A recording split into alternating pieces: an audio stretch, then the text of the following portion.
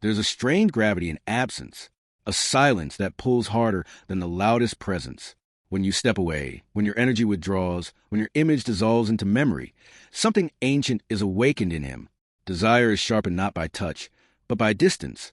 This is not simply about men and women, nor about the ordinary games of attraction. This is about the shadow, about the hidden forces that Carl Jung once warned us shape the lives we believe we are consciously living. It is about the secret underworld of the psyche where longing is born from lack, and where the feminine becomes a haunting presence in the masculine imagination. He does not always want you when you are near, but when you vanish, when your laughter is only an echo in his bones, something in him begins to stir. The anima, the feminine soul image within every man, starts to awaken hungry, restless, aching for the reflection he has lost. And you, standing in your silence, unknowingly hold a mirror to his shadow. Imagine the psyche as a great mythic stage. On this stage lives not the surface man, the one who texts, who smiles, who pretends to be rational, but the archetypal forces that whisper beneath him, the lover, the warrior, the child, and most dangerously, the shadow.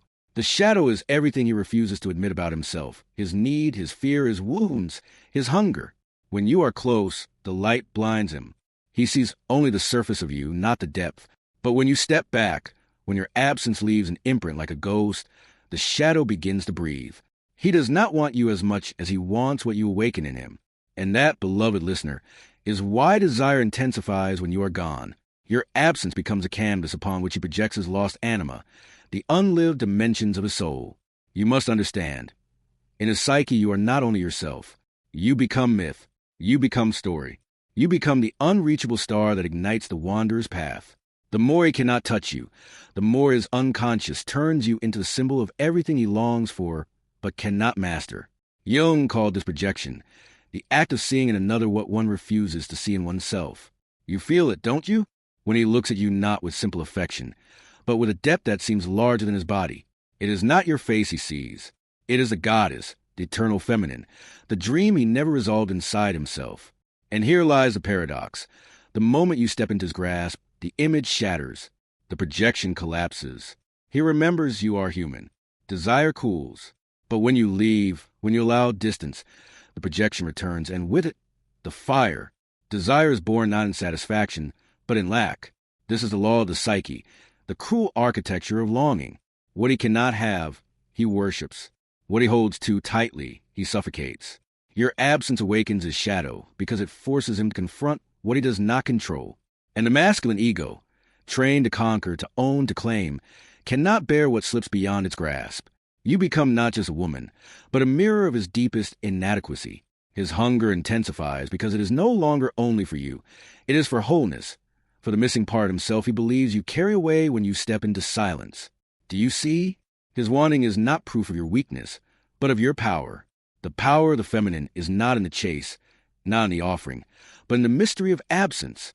You think he wants you because of who you are, but the truth is stranger, more haunting. He wants you because in your absence he meets himself. Your silence reflects the wound he cannot soothe. Your distance becomes a void he cannot escape. And when you learn this, when you hold your ground instead of rushing back to fill his emptiness, you step into a higher form of feminine energy. You stop being the object of his desire and become the mirror of his shadow. The question is, will you allow him to wrestle with his darkness, or will you rescue him from it? In myth, the goddess is rarely found sitting in the marketplace waiting to be chosen. She withdraws. She disappears into forests, temples, oceans, or silence.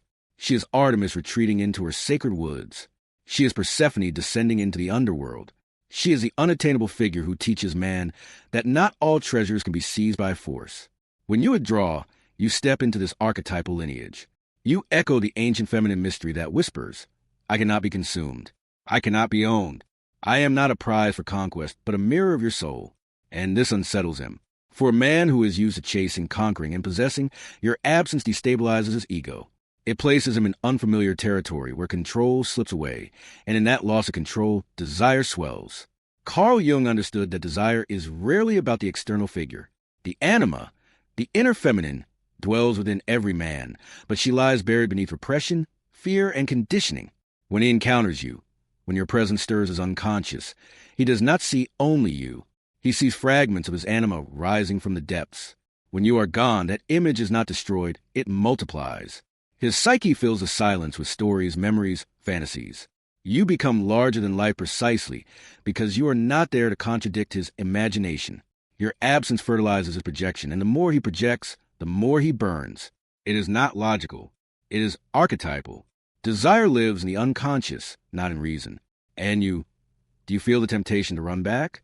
To soothe the storm as yearning awakens? To remind him that you are not an archetype but a woman of flesh and breath?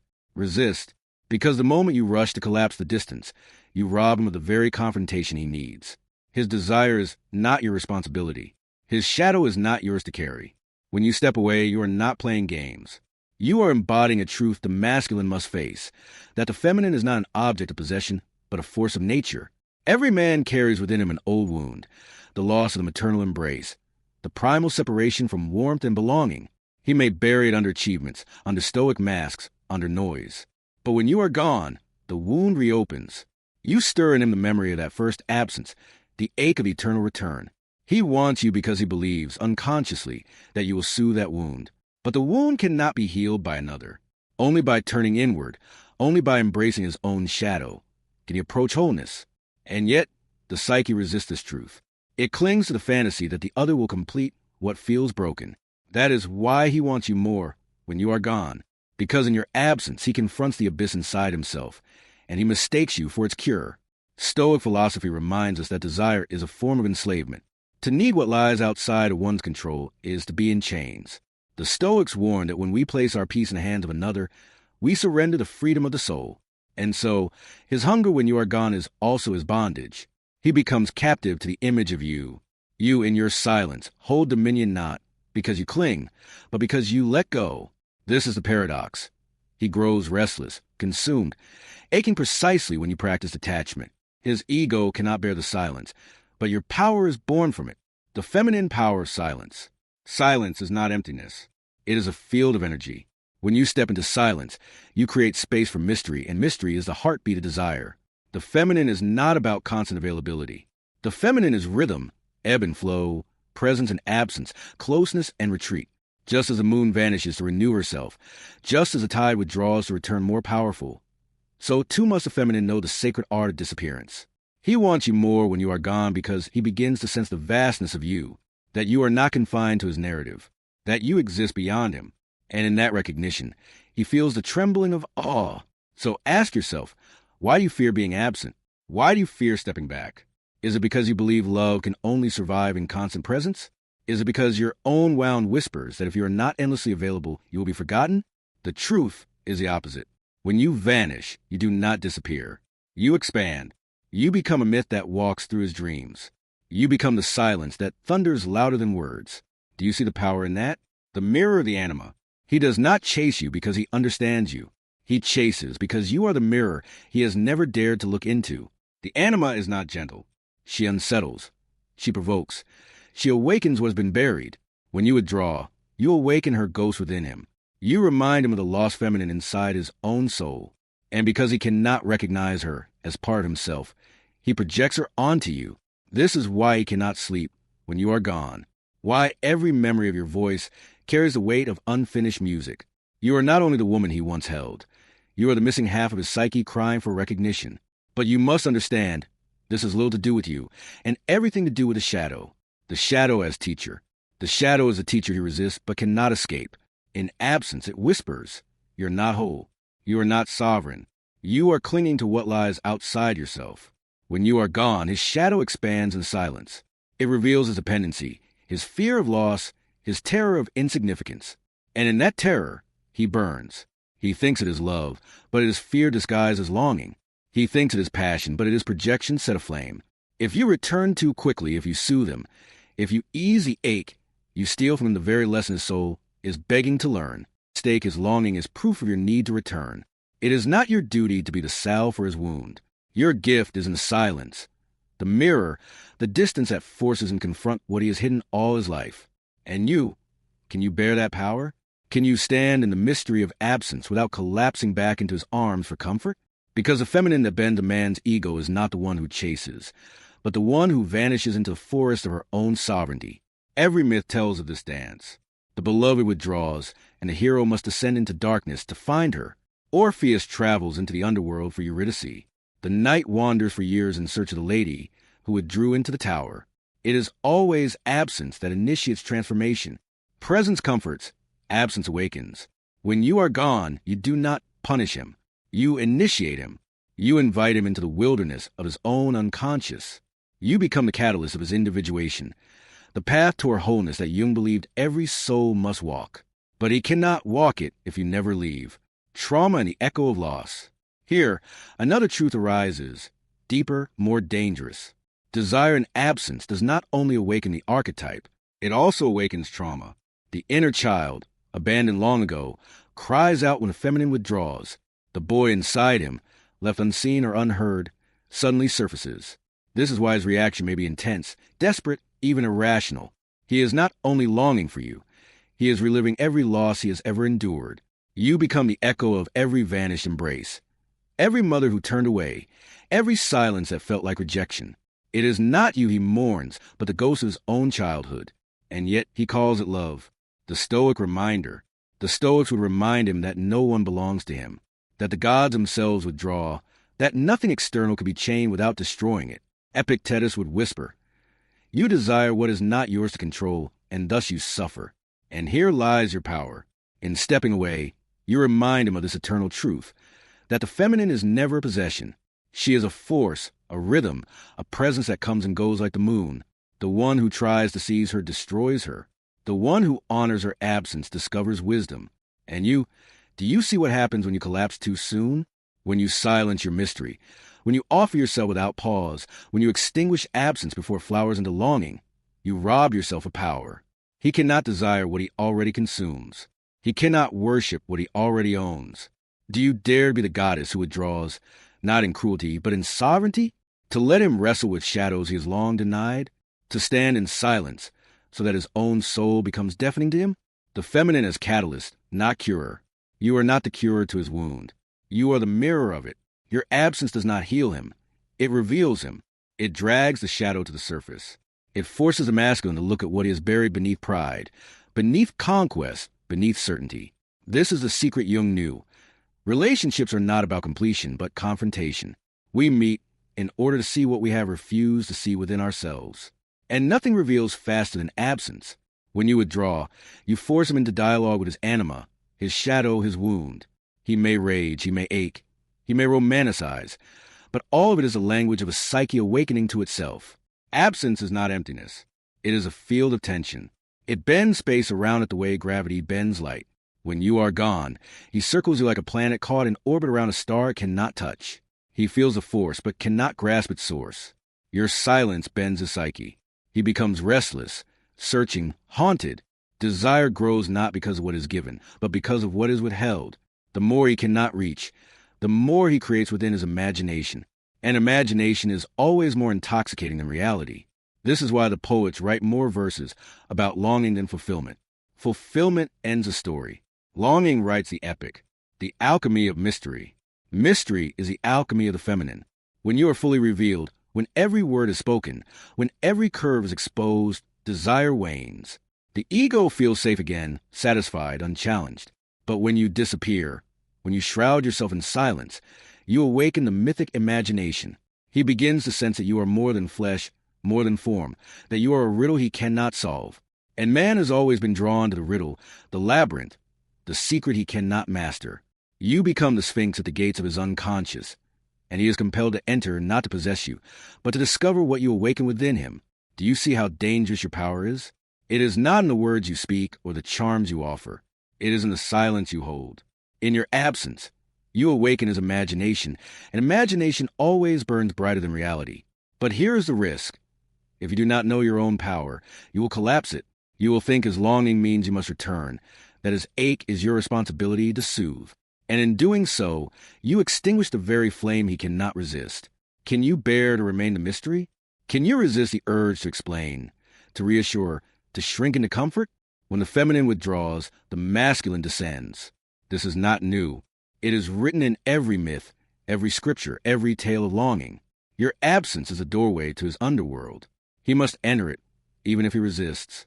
He must face the hunger, the shadows, the ghosts of his childhood. He must confront the anima he has projected onto you. He will think he is chasing you, but in truth, he is chasing himself. You are not the destination. You are the threshold. You are the mirror through which he glimpses his own incompleteness. Absence does not only awaken archetype, it awakens wound. When you step back, the boy inside him rises. The one who once cried and no one came, the one who once reached and found only air. You trigger the memory of abandonment, the echo of emptiness. This is why he may oscillate between longing and anger, between worship and resentment. He does not know that he is reliving the past. He does not know that the feminine silence has resurrected the ghost of his mother, the shadow of every absence that scarred him. He calls it desire, but it is older than you. It is his wound speaking through the mask of passion. Here, the Stoics offer a harsh medicine. They remind him, what you chase outside of yourself enslaves you. Desire for what is beyond your control is a chain of the unfree. And so, when he burns you in absence, he is being taught a lesson he may hate, but a necessary one, that love is not possession, that the feminine cannot be controlled, that longing is a mirror of his own lack, not a proof of your belonging. Your silence teaches him what words never could, sovereignty. And you, do you know your silence is sacred? Do you know that when you hold back, you do not lose power, you gain it? That your absence does not erase you, it magnifies you? The fear inside you whispers, if I leave, he will forget me. But the truth is the opposite. When you leave, you carve yourself into his unconscious. You become myth, dream, phantom. The question is, will you believe in your own power long enough to let it unfold? The feminine has always been threshold. She is the veil between worlds, the liminal doorway between light and darkness, life and death, consciousness and unconsciousness. When you withdraw, you step into this ancient role. You do not punish. You initiate. You call the masculine beyond the safety of ego into the wilderness of his own shadow. And there, in that shadow, he begins to want, not only you, but the lost part of himself he has hidden. His longing becomes a call toward wholeness. He thinks he wants your body, your voice, your presence. But in truth, he wants the piece of his soul he believes you carry. You do not carry it, but he must learn that himself. When you are near, he sees details, your laughter, your tone, your flaws, your humanness. But when you are gone, detail dissolves, and the unconscious paints in broader strokes. You become more than yourself. You become a symbol. This is why your absence stirs him more than your presence. He no longer sees you. He sees what he has always longed for. He sees the anima, glowing with the beauty and danger of his own imagination. He worships not your reality, but his fantasy.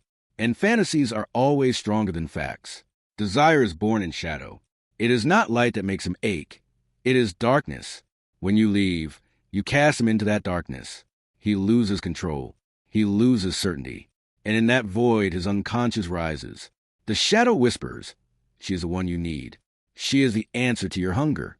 She is the missing part. But it is a trick. The shadow does not speak of you. It speaks of him.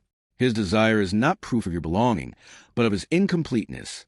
He aches with feminine within himself, yet he cannot see it. He believes you are the source, when you are only the mirror. Do you see now why his wanting is not your responsibility? It is not about you. It never was. It is about his shadow, his wound, his anima crying to be recognized. If you confuse his longing for proof of your worth, you will entangle yourself in his projection. You will live inside his fantasy, and the moment you return, the fantasy will collapse. He will see you as human, and the fire will dim. So let him ache. Let him burn. Do not rob him of the chance to meet his shadow. Throughout history, the feminine who vanishes holds the greatest power. In myth, it is not the ever-available maiden who transforms the hero, but the goddess who disappears, forcing him into the unknown. In love stories, it is not the woman who clings who awakens devotion, but the one who withdraws, leaving absence like an open wound. This is not manipulation. It is initiation. The vanishing goddess reminds a masculine that the feminine is not an object, but a mystery. Not a possession, but a presence that cannot be caged. When you vanish, you step into this archetype. You remind him that the feminine belongs not to the grasping hand, but to the eternal flow of nature, appearing, disappearing, returning in her own rhythm. Why does he want you more when you're gone? Because absence awakens memory. His body remembers the first time love withdrew, the first time comfort dissolved, the first time he was left alone with his own fear. Your absence reopens that wound, and he calls it passion. But passion mixed with pain becomes obsession.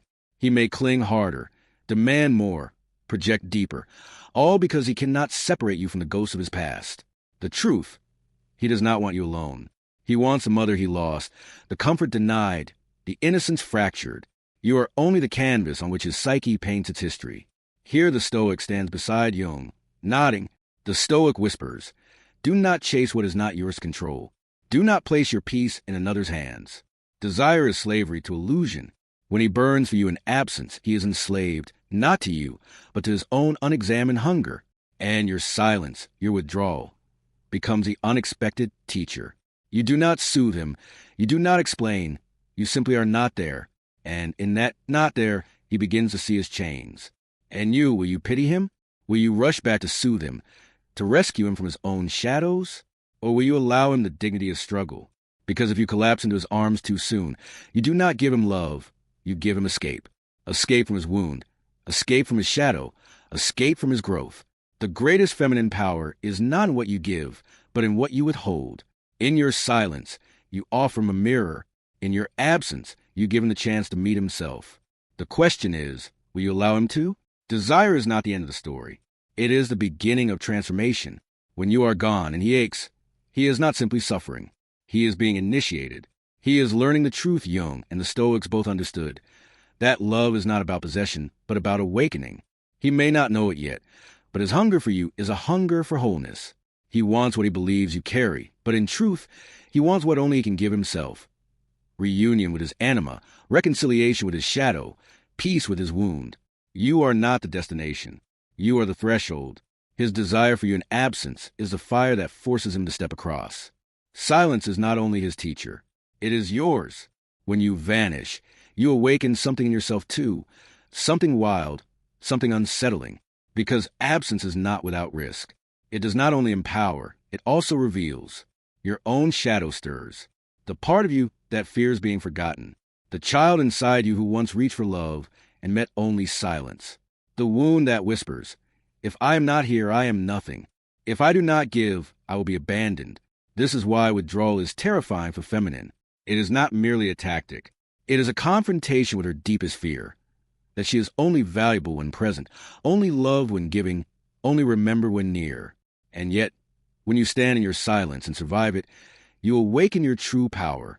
Jung spoke not only of the anima, but the dark feminine, the shadow of the goddess. She is not the nurturer, not the ever-giving mother. She is a devourer, the witch, the siren who lures into the unknown. When you withdraw, you touch this archetype. You are no longer comfort. You are absence, mystery, the void that unsettles. And in that void, you hold enormous power.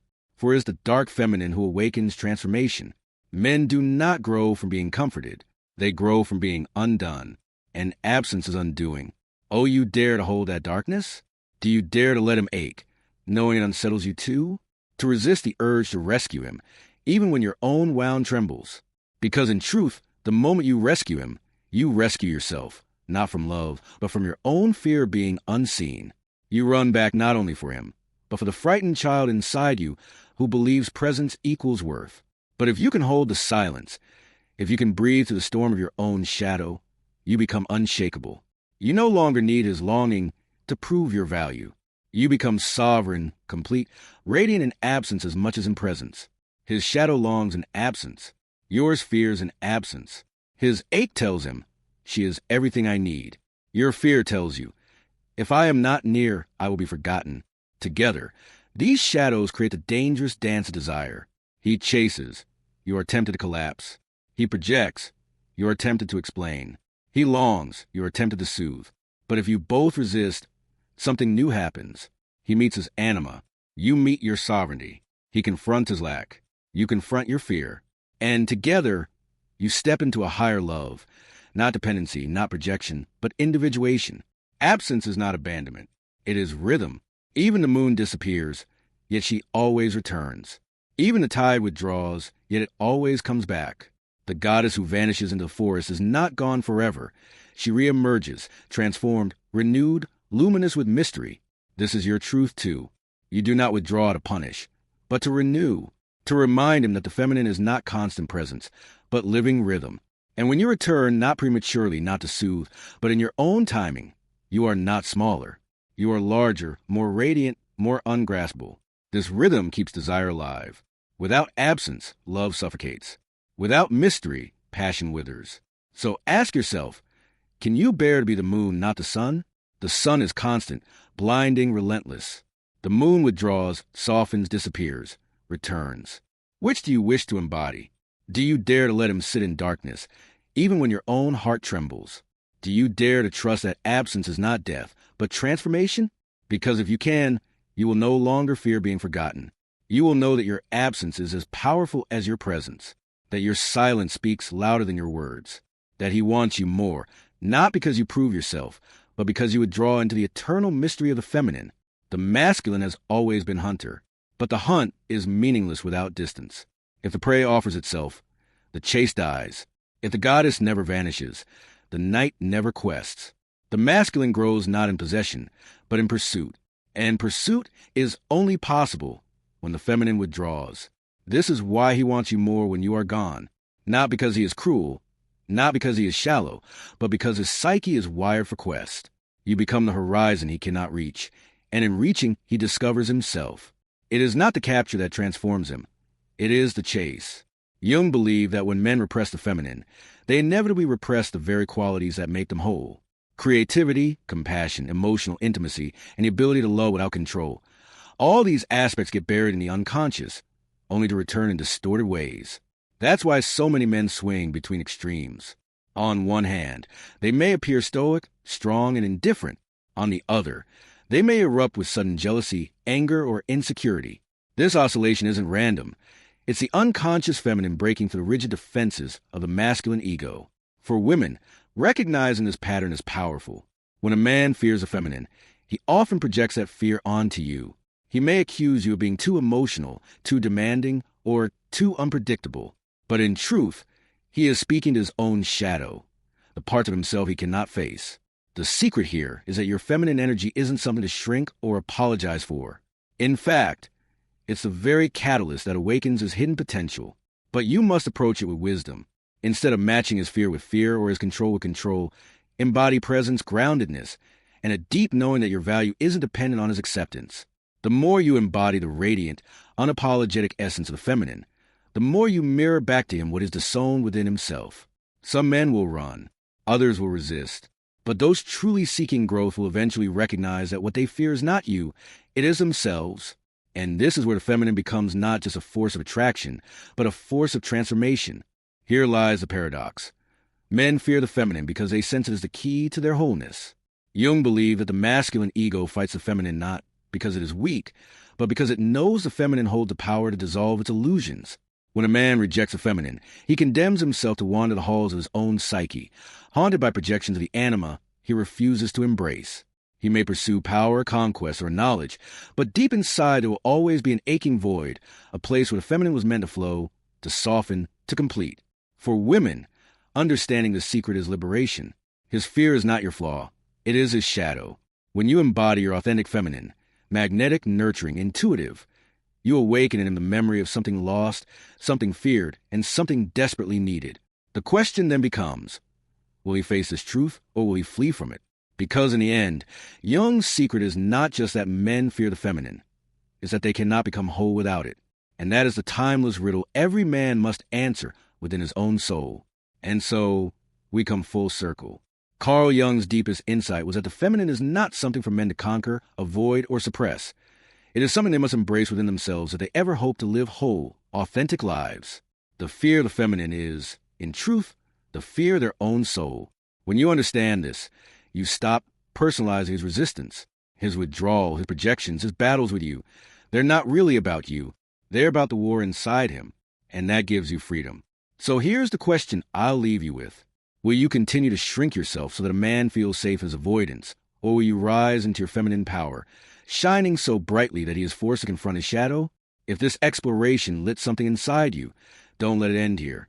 Subscribe to the channel and turn on notifications, because we're diving even deeper into the hidden psychology of men, the feminine, and the shadow. Share this with a woman who needs to remember her worth. And drop a comment below. What part of today's journey resonated most with you? Remember, your feminine energy is not a threat. It's the very force that awakens truth. And when you honor it, you don't just heal yourself, you become the mirror that helps heal the collective. Until next time, stay radiant, stay powerful, and never forget, your light is the very thing the shadow fears most.